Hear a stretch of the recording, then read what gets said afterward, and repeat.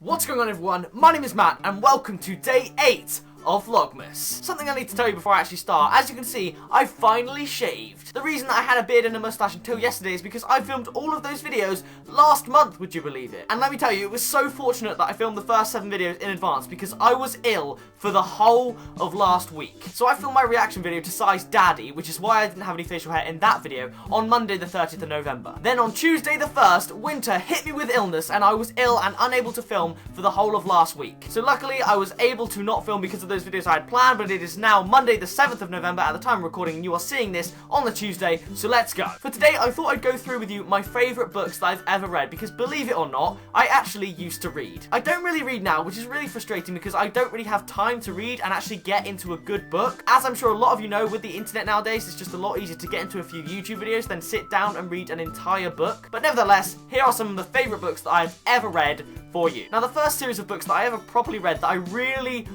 enjoyed and have the whole series in this house somewhere is Captain Underpants. These are so good. I could probably read them now. I'd probably read each one in about 15 minutes now, but they were so amazing to me back then, and they were just a different world, and I wanted to be the main characters, basically. The main characters are called George and Harold, and they basically drew comic books, and that inspired me to draw my own comic books. I really wanted to make my own comic books. They had these things called fliporamas, where if you don't know and didn't read the books, oh, my lights are going crazy. You have to put your left hand on the page and then grab the page like this and flip it.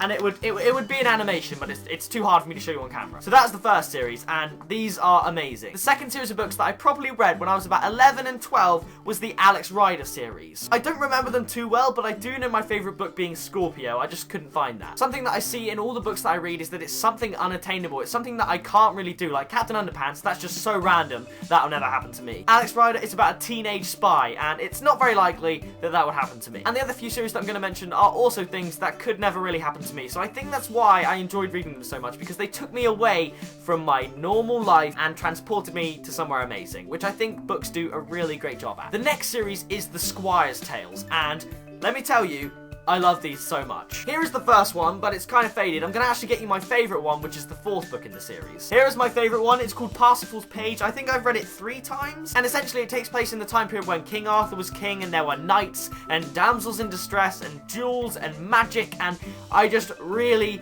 love that time period. I think my love for those books also made me watch the BBC show Merlin, which I really love, and I've got all the DVDs down here. And it also led me to really enjoy games like Dragon Quest and also Sonic and the Black Knight, which was set in the same time period. So I'm really obsessed with that time period. I find it fascinating. So yeah, that is probably my favourite series of books. Next is Diary of a Wimpy Kid. I don't actually have the first original one with me because I read that when I got it out of the school library, which is what hooked me. I've got most of the others on the bookshelf out there, but I haven't got all of them yet. But rest assured, I really love the books. I think they're really funny, and then I also love the movies as well. Like, I think they tie in with the books so well, and they're really funny. I'm also hoping to get the next installment of Diary of a Wimpy Kid from my brother for Christmas, because that was our little tradition. He would get me the next book of Diary of a Wimpy Kid because they would come out in November, and then he'd get it for me for Christmas, and I could read it. And every time I would have read it by New Year's because I just love those books so much, and literally, it's like it's me in there because he fails a lot and I fail a lot. I actually made a video at the end of last year of me reading out Diary of a Wimpy Kid Dog Days, I think it was, in a variety of different accents. So if you want to go back and watch that, then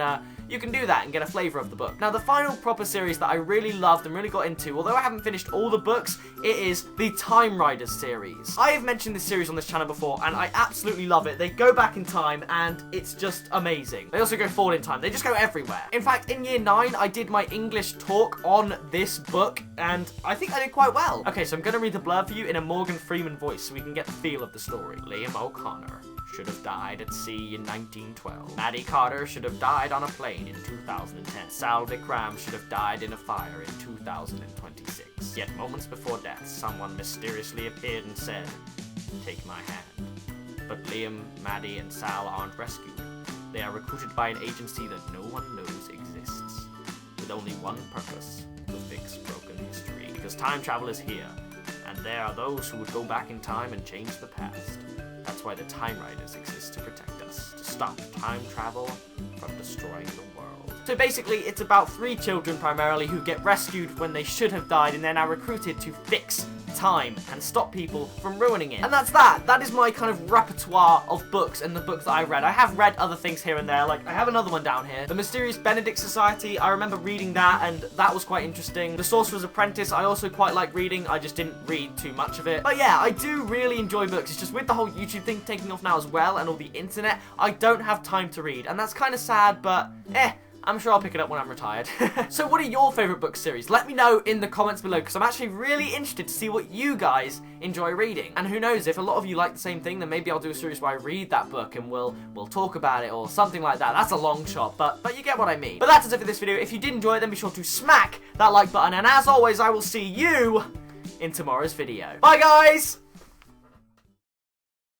Is it bad that I've never read the Harry Potter books or the Hunger Games series? Yeah, people are gonna murder me for that.